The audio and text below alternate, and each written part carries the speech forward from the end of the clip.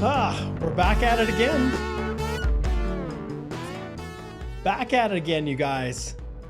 What are they up to now? What do we got going on? Well, of course, it's our levels plans that we talked about over the last couple of days. The big announcements from Minister Mark Miller right here. He's joining me. He's in the house. How are you doing, Minister Miller? Good to see you here. Good to have you a part of the discussion today that's all about the annual levels plans that were just released. And once again, much ado about nothing, really. There's not a ton of changes with it, but there are a few things that I want to point out that are telltale signs of what is to come. So we'll wait for a few people to connect in here to our live stream. Like I said, I got myself here and my buddy, Minister Miller, who is the mastermind behind this, and we'll see how it all plays out. So we'll pull the minister back to explain himself once we get to reviewing this fine little document right here. And these are the annual levels plans, and I wanted to pull these up. This is 2023 to 2025, but we're going to also look at 2024 to 2026 is the ones that were just released now. So this is what we're going to talk about. What has changed from the 2023 to the 2024? And there's already been, hey, guys, I have been super busy today with consultations all day. I've had a bunch of different, really commitments that I had to adhere to, and I was not able to jump back in and be the first out of the gate when it comes to the levels plan. So you guys can read what other people have done and their basic regurgitation of what immigration has released on their website. We're going to go right to the source. So I don't just use Chat GPT to create a new blog and basically summarize things. No, I don't do that. What I do is I go live and we talk specifically about these changes and the real impact that they're going to have on your life as a post-grad work permit holder who's languishing here, wondering if there's a future for you. Someone who is currently studying right now, is that you? Someone who's in school wondering, what does this all mean for me? I'm locked in. I've got another 2 or 3 years of school yet. What's going to be waiting for me on the other end? Those are the things, those are the questions we're going to be talking about today. And there's some of you that are thinking to yourself, I'd love to immigrate to Canada. I was going to study, but is it even worth it anymore? So that's what we're going to chat about. Let's give, we've got a couple shout outs here. Sam says, looks like the copy paste of 2025 numbers. Well, absolutely. That's it. Because they really don't know what the heck they're going to be doing. So when you're not sure what you're going to be doing, you're going to keep status quo. That's really how this all plays in. Okay, HT, good to see you. And he says, welcome back, Mike. I've never really considered myself a Mike. I tend to consider myself more a Mark. So for those of you who are tuning in for the first time, my name is Mark Holthe. I'm a Canadian immigration lawyer practicing in the beautiful city of Lethbridge, Alberta, but I have offices and lawyers all over the place, and grateful to have the privilege of being able to work in a relatively virtual environment, although I have my office here, downtown Lethbridge, and people are more than welcome to come visit me here. But I'll broadcast from home, I'll broadcast on the road, I'll broadcast wherever I am because of this wonderful virtual world we have. So today we're going to talk all about the new levels plans, once again, that were just released every November 1st, around there, give or take, is when they will release these 3-year level plans to try to give people an understanding of where their goals are and where they expect to be with respect to the number of immigrants that they bring into Canada, and specifically how they're going to divvy up and break out that pie, how they're going to split it up. That's what we're talking about. Okay, everybody likes Mike here. Welcome back, Mike. Hello from Dallas. Good to have you here. All right, we've got Accord Repair from Kingston. Thanks for connecting in. Great to have you here. And HT, welcome back. Some of you are probably posting a lot of questions and things like that. I'm going to ask you to hang tight. Hold off on that. This is all about these levels plans right here. So I really want to make sure that this is where our discussion is focused. We're not going to spend nearly as much time as we did yesterday. That was a long 2-hour, wow, I don't know. It was kind of a torturous experience waiting for the minister to finish doing what he was doing, answer questions so that we could actually talk about things. But there was really much ado about nothing is the best way to describe it. However, there are things that we can chat about. So let's give a couple more shout outs. Wherever you're tuning in from, Mookie says, I wish I could pull up what Mookie did here. Let's see if I can pull up his emoji here. I want to see what Mookie has for his emoji. I'm going to pull it up and turtle face covering his eyes. That is awesome. Okay, let me just, I'm going to connect right in here to my channel, and I am going to pull up Mookie's, going to stop, going to pause it here. Okay, let's see if we can find it. Oh, interesting. I'm always curious where you guys are getting these emojis. So let's pull this up here. And then Mookie, this is his comment right here. I've got to pull this up. It was so funny. Okay, so this is Mookie's comment right here. Let's see if we can drag it on here. There it is. There it is. Okay. Mookie says the minister really needs to explain himself. Well, do you know what, Mookie? Obviously, we have the ability to pull the minister on right now and ask him to explain himself. But the reality is, this minister doesn't talk too much. And it would be fantastic to have the minister come join us and talk a little bit more about where the direction the government is headed, really headed, because there's a lot of really high level vagueness to what he's been describing in terms of the plan. And as far as status quo, one thing we do know, Mookie, is that the minister absolutely is not prioritizing international students who have gone to school, who are here as postgrad work permit holders. No longer are they the priority that our other minister right here, Sean Fraser, let's pull you up here, Sean. Minister Fraser here had heralded the glorious candidacy of international students as the best candidates to become permanent residents in Canada. And clearly at this stage, well, Minister Fraser's no more. And I just wonder how long Minister Miller's going to hang on, because he looked pretty beat yesterday, I'll be honest. He's got one heck of a mess he's working through. So we'll see what he has to say, Mookie. All right. That's funny. Mark says, hey, I'm a Mark too. He says, sorry about grammar. No worries. You kidding me? This is all footloose and fancy free.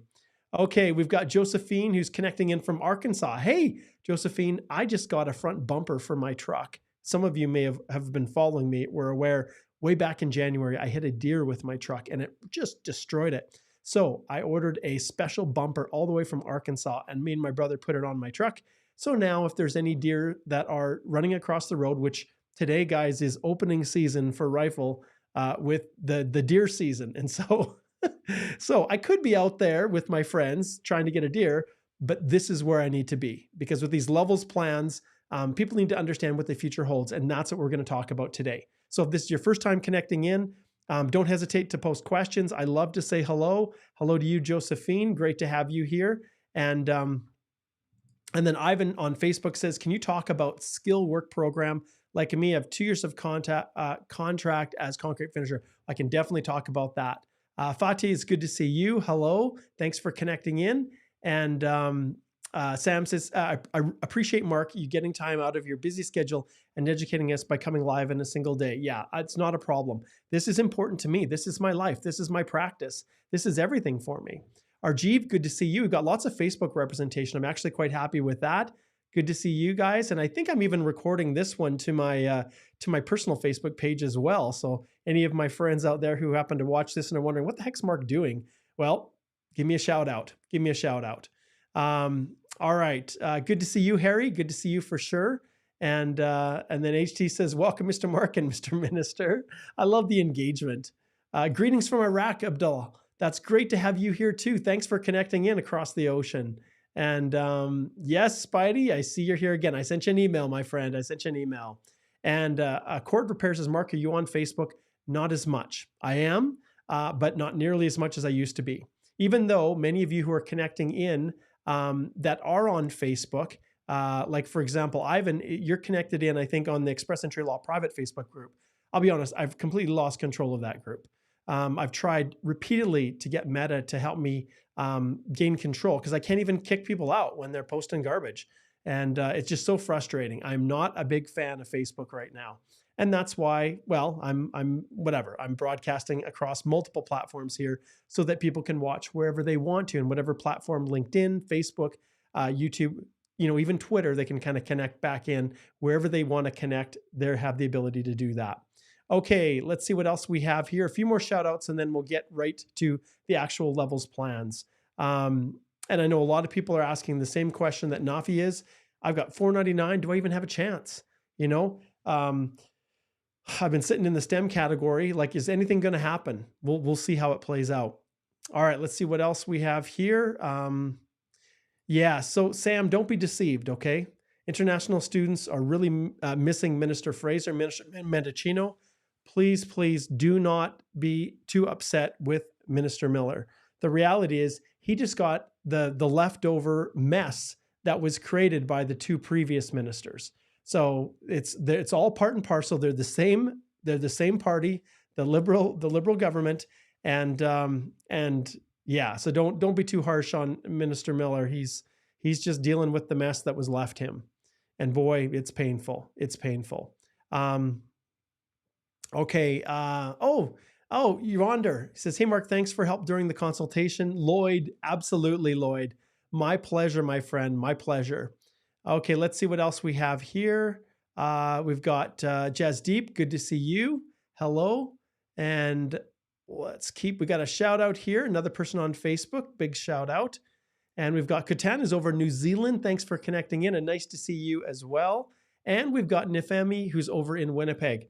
All right. So we did a few shout outs. We'll leave it at that. Now let's jump over, and I want to specifically address the actual levels plans. And you'll see lots of people give their own summary of what's happened. But for us, no, we go right to the source. And I've always been like this. I'm always willing to go right to the source. Some other groups out there, they just they just push you through their own website and never actually show you the source of where they're getting their information. But this is it right here. So these are the just launched. You can see here, November 1st, 2023. We knew it was coming based on our discussions and the lives that I did yesterday with the minister's announcements. And those of you who are connecting in again for the first time, remember, if you do have questions about your situations, all you need to do is slide over to our firm website. There's a link below, and you can book a consult, and I can help you with whatever you need help with. I want to pull up first this just to show you. So every year, just to explain, they revise this and push it out another year. So in 2022, they released their plans for 2023 to 2025. It's always a 3-year plan. It wasn't always like that, but this is kind of how they do it. So they're projecting.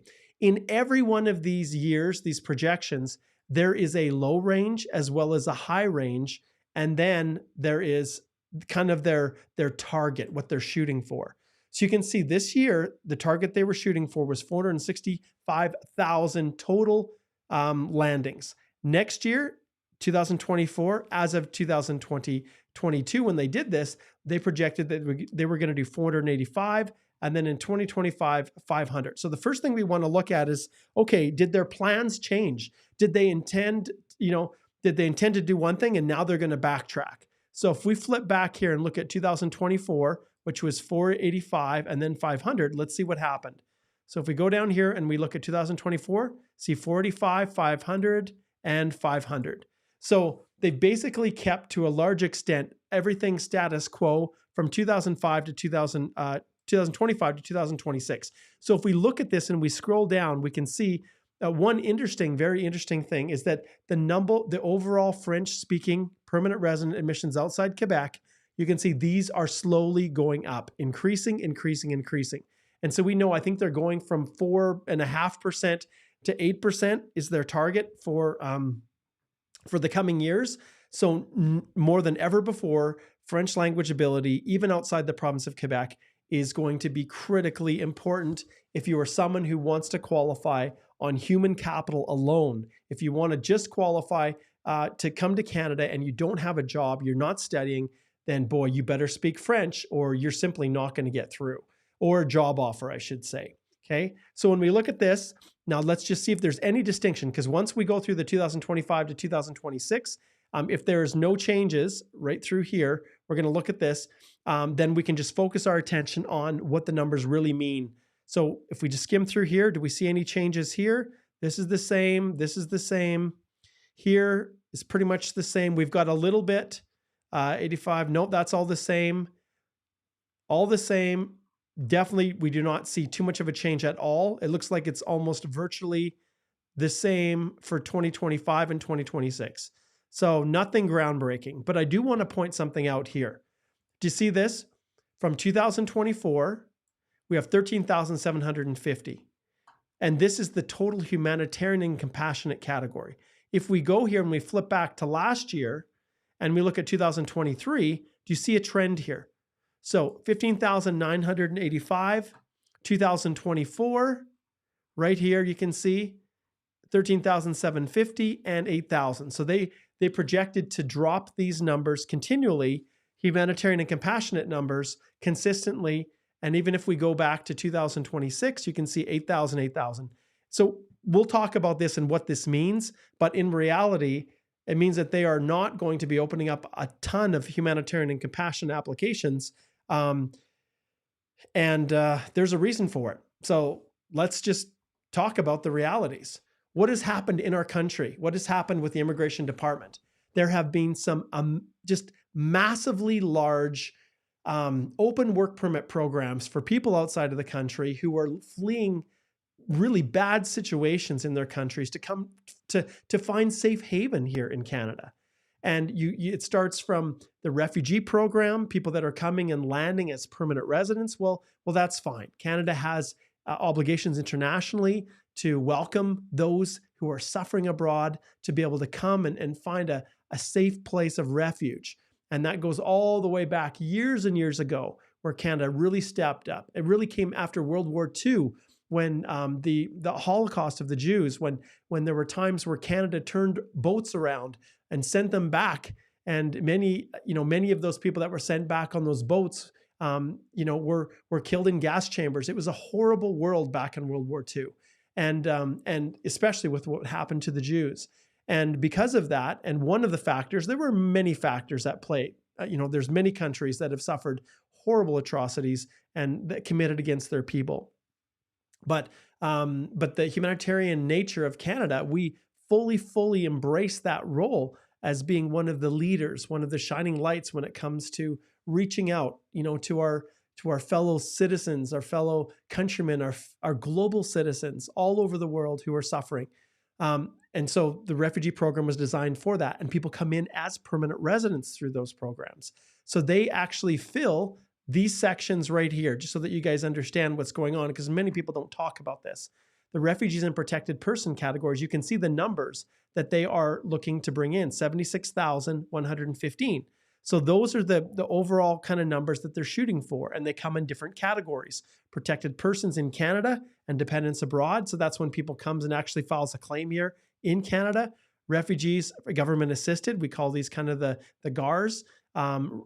And then the privately sponsored, these kind of like the group of fives. And then there's these blended visa office kind of referred ones, which are just a tiny, tiny portion. So these are pretty evenly split amongst the three categories. And so of all the total numbers, refugees fill this role. But here's the problem. So we've got those numbers accounted for. But then what we have is the Liberal government made decisions to open the doors to Canada to people to come in on open work permits. And we know that Ukraine alone, there were over 1 million people that submitted an open work permit application. Well, it was the Canada-Ukraine Emergency Authorization for Travel.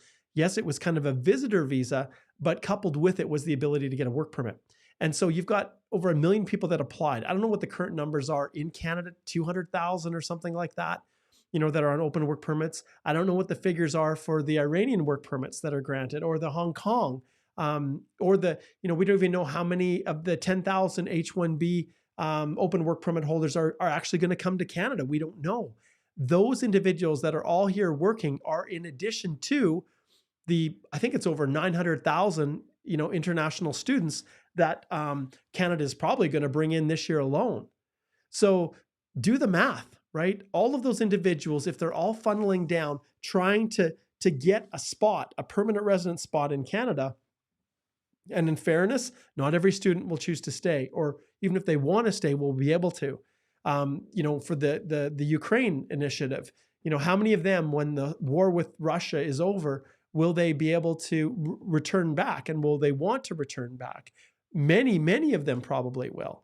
What about Iran? What about Hong Kong, right? So these individuals that are here on open work permits, and we're not counting the international experience, the working holiday folks, some of them want to stay. So there's a massive number. The funnel is just absolutely massive, and they're all trying to pinch down into the very few limited spots that we have. Now because this is small, I'm gonna try to enlarge it a little bit so that you guys can see better, okay? I think this will help. So we're looking at the 2024, so this is starting next year. So what does this mean for everybody? If you look at this, the overall plan, they've kept everything's consistent. So yesterday in the minister's discussions, people kind of, really wanted him to confirm that the numbers, if there was going to be a change, they wanted him to tell or say something about it. Well, he basically confirmed or affirmed yesterday that the numbers weren't going to change. But what are you going to do within that number? So this pie that you have to divide up, what are you going to do? So you can see they've specifically identified now in this one that they're shooting for 26,100 overall French-speaking permanent residents outside of Quebec. So this is separate from individuals that are going to go through the Quebec immigration process. So if we go back here and we look at 2023, right here, you'll see there's no such breakdown. So we didn't know how many of these individuals, of these 465 this year, are actually Francophone. We don't know. But that is something they're now starting to track and to share and disclose. So you can see their goal, 26. And then for 2025, they intend to jump to 31,500. And then if we slide over here to 2026, up to 36,000. So Francophone, French-speaking candidates are pushing up to 8%. And there's just a very, very slow, methodical increase. But the reality is they've taken a big jump from, like I said, 4.5% overall to I think around 8%. I'm not going to waste time talking about the actual math. You guys can do math. You guys are better at math than I am. So then let's look at the economic. And once again, right here, this is 2024. This is for next year. That's what we're looking at. So you can see 110,770 is the total number. Okay, so why is that important? Well, let's do the math once again. Of those 900,000 international students, how many choose to stay and get a postgrad work permit? Oh, boy, I don't know. Like, I'm curious. I'd like to get a little bit more engagement from people that are watching, but what's your comments? I'm going to actually pull some comments live right now. What percentage do you guys think of international students that are completing their studies and are eligible for postgrad work permits? I don't know how many of the 900,000 are actually going to be eligible, but let's say all of them are. What percentage? Give me a percentage. What percentage of those total international students, and maybe you're one of them, do you think will intend to get a postgrad work permit? So post your comments now, wherever you're tuning in from. Post your comments on what percentage you think of that almost 1 million international students will choose to get an open postgrad work permit. Okay, that's the first question. So let's wait and see if people are what they're saying. So Yuki says 35. Okay, well, that's a thought. 35%. Let's see what other people have to say. Sam's right up there with 90% will apply. Talia also 90%. And OC is right. Many international students may move to the US after schooling, but there's got to be a pathway for there. And just because you completed studies in Canada doesn't mean you're going to be eligible to just go to the US. And if you spend, US and Canadian education is really expensive. And so if you're going to sink that much money in, are you just going to walk away from Canada and then go down south? I'm assuming if there's job opportunities or things that pop up, H-1Bs, people might. And money is bigger down in the States. Wages are higher. So that is a draw. But the pathways to permanent residence, this is always the issue, isn't it, you guys? Okay, Chanel says 90%. You guys are all up there. Cleaver here, or Clever, NR Cleaver says 75%.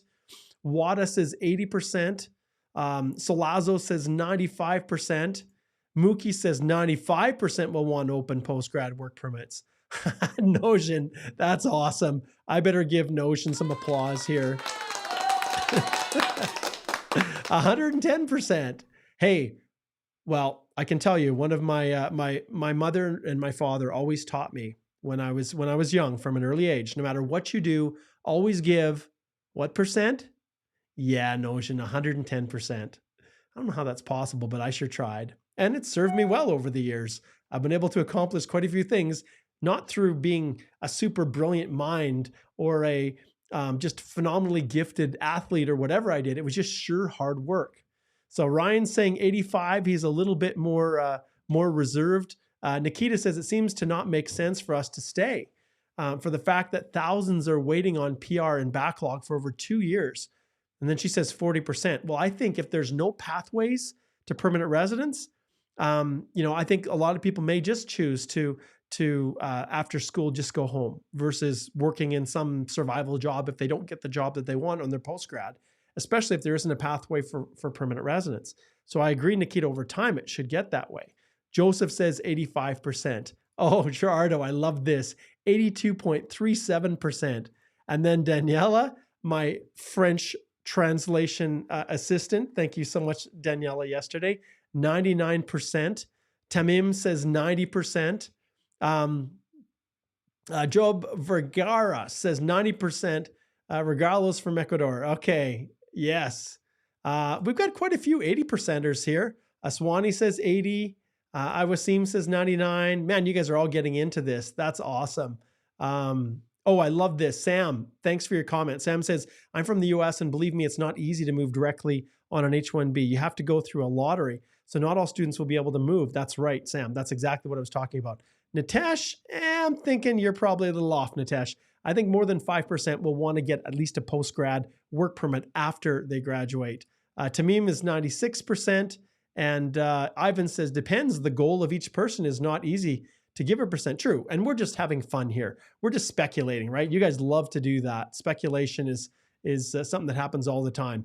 Okay. And then Iwasim says 99.99%. And Friday finishes off with a nice 75. So I think what I'm getting at, and the reason I asked that question was for the simple reason that I think most people understand. And let's flip back to the web here and the numbers. So you can see right here, we are looking at 110,770.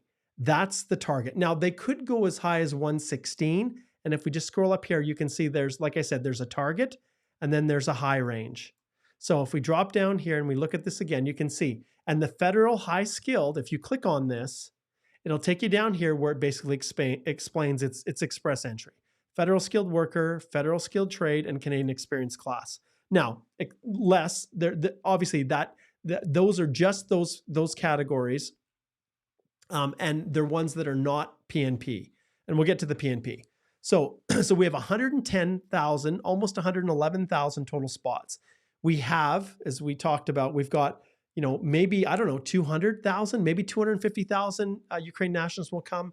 I don't have the numbers for the post-grad students. If we say, maybe 75% of them, maybe there's 600, 700,000 of those international students will get their post-grad work permits. So are we doing the math now?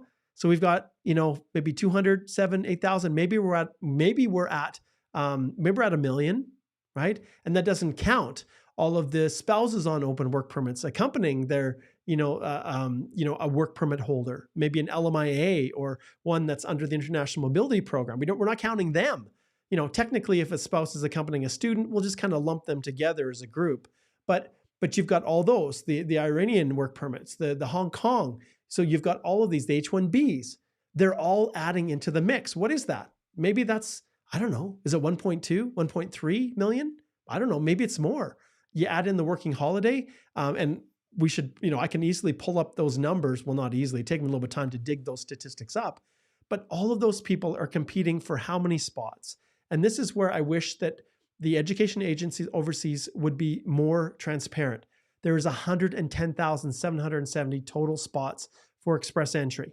Where did the other ones come from? Well, federal economic public policies. This is quite interesting. What they're saying here is that there's still 3,000 TR to PR pathways that haven't been processed yet. And if we go back to the 2023 targets, you'll see here that the federal economic policy, 25 was for 2023. And then if we scroll over here, you can see that they don't have any target. But what this means here, when we flip back here, is that they didn't get these processed. So there's going to be still individuals under the TR to PR pathway that have not had their application processed that are going to push into 2025. So they're going to push into 2024. All right. And then if we keep going down here, federal business, you can see what's included in that. The startup visas, the self-employed persons. Okay. So all of these are a part of the overall totals. But right now, for what most of you are looking at, we're looking at the 110 or 111,000 here, and then we're skipping down here. Technically, some of the people could go through one of these other programs. So it's possible they could do a self-employed, but this is probably off the table. Most of these people tend to be people that are coming in to immigrate. There might be a fraction that are already here, but I'm talking to you guys that are here. So 110 here. We've got 10,000 potentially if you fit into one of these. So, and what are these? You've got the agri-food, you've got the RNIPs, the economic mobility pathways, although this one probably doesn't fit because this is the refugee program that allows individuals to come in as economic immigrants through this special pathway while they're really classified as, in the same light as the refugees. Then we've got another 6,500 for who?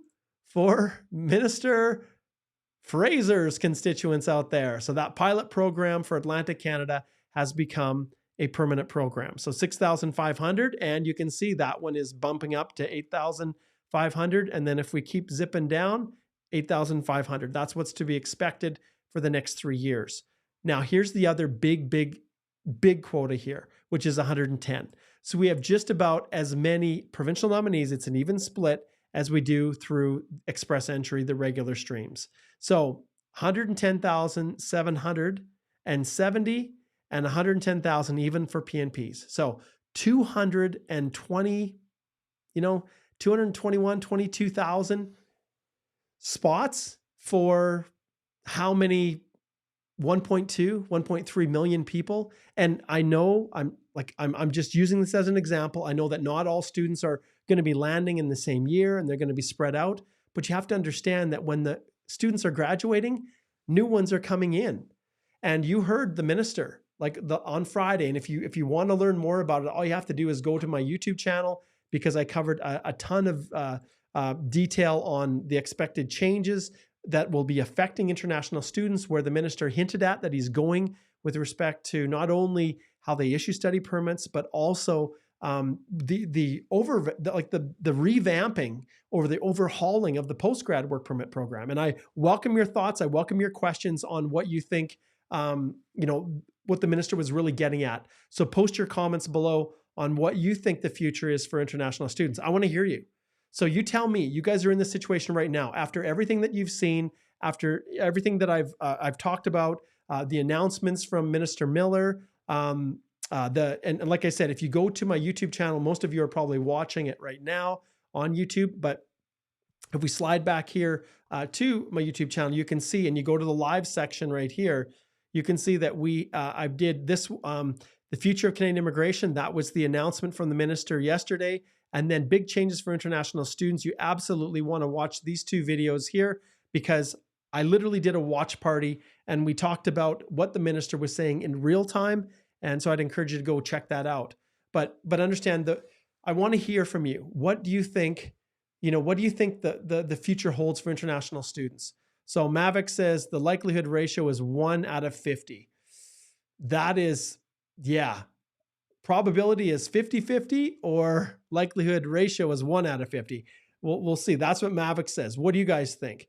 And Shakespeare says, oh, the number of agri-food decreased. Yes. And I'll get to those specific decreases. You'll also see that humanitarian and compassion applications themselves have decreased. And I guess it wouldn't hurt for me to address that just after, but I want to hear what you guys think. Let me know. Post in the comments below. What do you think the future? How are you feeling about your chances now of becoming a permanent resident in Canada after everything that we've talked about? Please go and post your comments. I'll come back to those comments in just a second. I want to flip back to the levels plan and just talk very quickly once again about the humanitarian and compassionate program. So if we slide back here and we look down at the bottom, you can see here, we could see that the total numbers of H&Cs are dropping. So 13,750, a pretty major drop to 8,000. And if you remember for 2023, the H&C category right here for 2023 was at 15,985, almost 16,000. So some big drops in H&C. Well, what does that mean? It doesn't mean that there's just less people with humanitarian and compassionate needs who are needing to, have really, because of those H&C factors, deserve to stay. It's not like there's less of them. It's just the government says we have to divide this pie up. We can't increase it. So you guys are going to have to wait. And if you file a humanitarian and compassionate application, you may very well wait 3-4 years. And that's an interesting point. So knowing this, you guys, knowing that the levels are going to continue to drop and they're only going to land so many a year, the question is, well, what are the processing times? So let's go check it out and see what the processing times are for humanitarian and compassionate applications. Because you guys watch this, this is going to go up. And what are H&Cs? Humanitarian and compassionate applications are basically applications that people file when they have no other means of being able to stay in Canada. They don't qualify, but there's certain factors associated with their circumstances that would really make it almost a hardship for them to return. Maybe there's risk of return. Maybe there's challenges that they're going to face that would just be so unfair. That there just cries out for a remedy for them to be helped. An example of a true H&C would be a father. I'll give you the most recent humanitarian and compassion application that I submitted. A father who was here in Canada, his wife kind of went off the deep end, essentially, just became a complete alcoholic. He did not have his permanent residence. They separated, but because his wife was just who was a Canadian citizen, because she was just so unable to care for the kids, he had to care for them. And they were all Canadian-born children. And so he was here as a primary caregiver, trying to care for them. And his only means of staying was through a humanitarian and compassion application, which it makes sense that we don't split up children and put them in foster care and force a father to return to his home country when the mother has no capability of caring for the children, who herself is a mess. So that's an H&C. But let's take a look at the processing time. So you can see 19 months. I can guarantee you guys that this processing time is only going one direction. It's going to go way, way up. It would not surprise me that very shortly we're going to see this bumped to like 25 months, 36 months. We'll see what happens, but there's no way, because if you're squeezing out the total number of people that are coming in, you're making it lower. Well, it just means that the processing times are going to take longer because they're only going to land so many each year. So that's essentially where we're at with that whole H&C thing. Okay.